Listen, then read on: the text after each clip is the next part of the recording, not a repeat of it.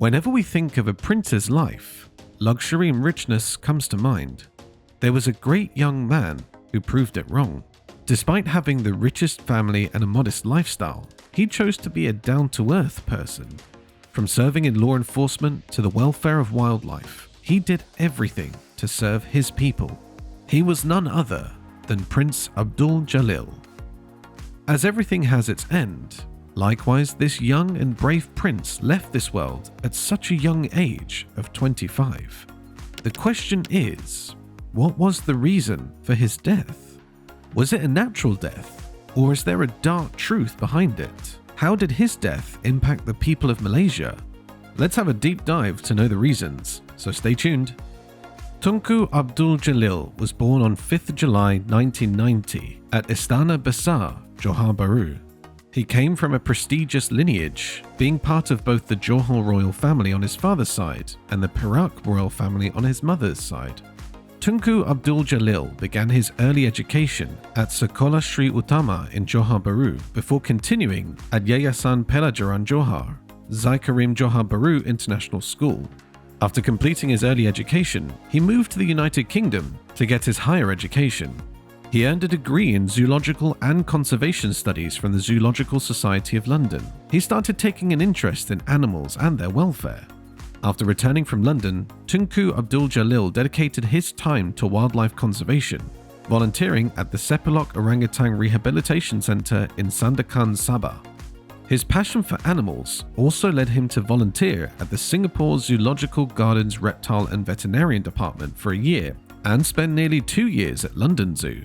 Beyond his work with animals, Tunku Abdul Jalil was deeply involved in various charitable organizations. His biggest charity contributions include organizations such as the Johor Spastic Association, the Malaysian Nature Society, the Orangutan Appeal UK Foundation, and the Malaysian Red Crescent Society. He was so humble that he visited cancer patients himself and gave them huge charities to help their families and treatments. Moving forward to 2011, he entered into the police career. Tunku Abdul Jalil embarked on a journey with the Royal Malaysia Police by enrolling in the 9-month probationary inspector course at the Malaysian Police Training Centre located on Semarak Road. He successfully completed the course and was commissioned as a probationary inspector on January 8, 2012. Following in his father's footsteps, Tunku Abdul Jalil pursued specialized training in 2013, completing the Basic Special Actions course. He didn't stop there. This achievement led to his inclusion in the elite counter-terrorist unit of the Royal Malaysia Police, known as the Special Actions Unit. In 2015, his dedication and skill were recognized with a promotion to the rank of Inspector. Remarkably, he was the first and only member of royalty to serve in the Royal Malaysia Police, a testament to his commitment to public service. Unlike many royals, he didn't play polo due to an allergy to horsehair. Instead, he developed a keen interest in sailing. In 2013, he played a significant role in introducing the Malaysian Sailing League and a youth sailing program to the country. He was a key figure in advancing sailing in Malaysia. He helped establish the Malaysian Sailing League and the Belia Belayar Youth Sailing Program, both supported by the Youth and Sports Ministry and the Malaysian Yachting Association. These programs introduced thousands of young people to sailing and match racing across the country. As chairman of the innovative SDN BHD, he also organized the Monsoon Cup and LLM.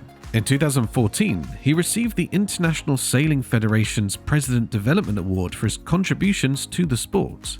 With the passage of time, he wasn't even aware that it was going to be his last year in this world. Tunku Abdul Jalil's battle with cancer began in December 2014 when he was diagnosed with stage 4 liver cancer. And first, he started noticing the pain in his shoulders and muscles. Despite his persistent shoulder pain, Tunku Jalil had always been healthy, so no one suspected anything serious. "We thought he'd pulled a muscle, maybe from how he sat on the sofa," recalled his mother, Raja Zareth Sophia. However, during a visit to London, the pain became unbearable. An X-ray at Cromwell Hospital revealed something alarming, prompting his return to Singapore for further investigation under Dr. Tan Kai Cha, a renowned liver surgeon. Even his mother hoped it was just a minor issue, but when the doctors discovered a tumour, the family was devastated. She said, "We all broke down and cried." For her, the shock was so profound that she felt numb, unable to shed more tears. The woman who had comforted others in cancer wards now found herself in desperate need of comfort, struggling with the anxiety and fear over her son's condition. The emotional toll was immense as she faced the harsh reality of his battle with cancer. Knowing the situation, the family made a decision to give their son a complete diagnosis. The diagnosis marked the beginning of a grueling routine for Raja Zareth Sophia. She said that every Monday was chemo, followed by days of intense pain. By the time Tunku Jalil started to feel better, it was time for another round. She was by his side throughout, struggling to stay strong despite the toll it took on her. Her mother said, "I wasn't eating, and I didn't realize I was losing weight until my clothes became baggy." Amid a stream of visitors and her public duties, including her impending coronation and her eldest son's wedding, Raja Zareth Sophia felt like she was in a fog, overwhelmed by her son's illness and the pressures around her. In the midst of these challenges, it was decided that Tunku Jalil would undergo a liver transplant in China. They traveled to Guangdong in November, just after the Sultan's birthday, with the transplant taking place in December. Despite everything, she carried on as expected, balancing her public role with the heartbreaking realities of her son's battle with cancer. Now, the situation was getting worse. It was a long haul of tears for the whole Abdul Jalil's family. Jalil's mother finally found relief when the tears came after months of feeling numb and disconnected. The emotional weight of Tunku Jalil's illness had left her in a daze, making even simple tasks like dressing up for functions difficult. Despite this, she was supported by close-knit family, friends, and her faith, which gave her strength. However, the challenges continued. After Tunku Jalil's liver transplant, a routine scan revealed cancer had spread to his lungs, requiring more grueling chemotherapy. The treatments took a toll on the entire family, and by July, the chemotherapy was stopped as the nodules hadn't shrunk. Now, they await another scan, hoping for better news. Raja Zareth Sophia admits that seeing her children with cancer became even harder after her own son's diagnosis. She said, "It was easier to comfort other mothers until I became one." Tunku Jalil, despite his struggle, found purpose in visiting cancer patients, and the Sultan of Johor established the Tunku Laksamana Johor Cancer Foundation in his name. The ordeal brought the family closer, with siblings taking turns to visit Jalil in the hospital. Reflecting on the past year, filled with medical challenges, a house move, a wedding, and a coronation, Raja Zareth Sophia acknowledged, "Money isn't everything. Good health is what truly matters," as she now anxiously awaits the results of another scan, praying for an end to the nightmare. Despite seeking treatment at a hospital in Guangzhou, China, the disease proved relentless. On December 5, 2015, at just 25 years old, Tunku Abdul Jalil passed away in the royal ward of Sultana Amina Hospital in Johor Bahru. His passing was a profound loss to the nation, and he was honored with a royal state funeral the following day. Thousands gathered at Istana Besar in Johor Bahru to pay their respects as he was laid to rest beside his grandfather, Almarhum Sultan Iskandar, at the Mahmudiyah Royal Mausoleum. His death was a huge tragedy for everyone, but that's where we come to our main question. How did it impact the people of Malaysia?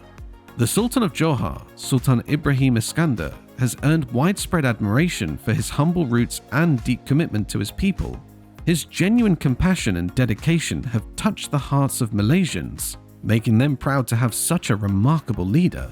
Former editor-in-chief of Utusan Malaysia, Ainuddin Maiden, said, "It cannot be overstated how proud the entire nation is to have a sultan like him in Johor, a leader with a truly big heart who genuinely cares for his people." This sentiment echoes across the country as Malaysians hold Sultan Ibrahim in high regard for his unwavering devotion to the well-being of his people. He was a person with a big heart that determines the legacy and bring-up of his family. He didn't only win the admiration of his people, but also captured the hearts of many women. His humility and selflessness were evident in the way he lived his life. In 2006, when a devastating flood struck Johor, Tunku Jalil didn't just stand by. He rolled up his sleeves and personally volunteered to assist the flood victims, showcasing his down-to-earth nature. Mr. Valasami S. Pillai, Deputy Chairman of the Malaysian Red Crescent Society Johor Bahru chapter, fondly recalls an instance that perfectly illustrates Tunku Jalil's character. He said, "I remember when we were delivering aid to an Orang Asli village in Mawai. He took the time to patiently listen to the problems faced by the community." Also, don't forget to like, subscribe, and turn on your notification bell on this channel. We will keep you informed. Thanks for watching, and I'll see you next time.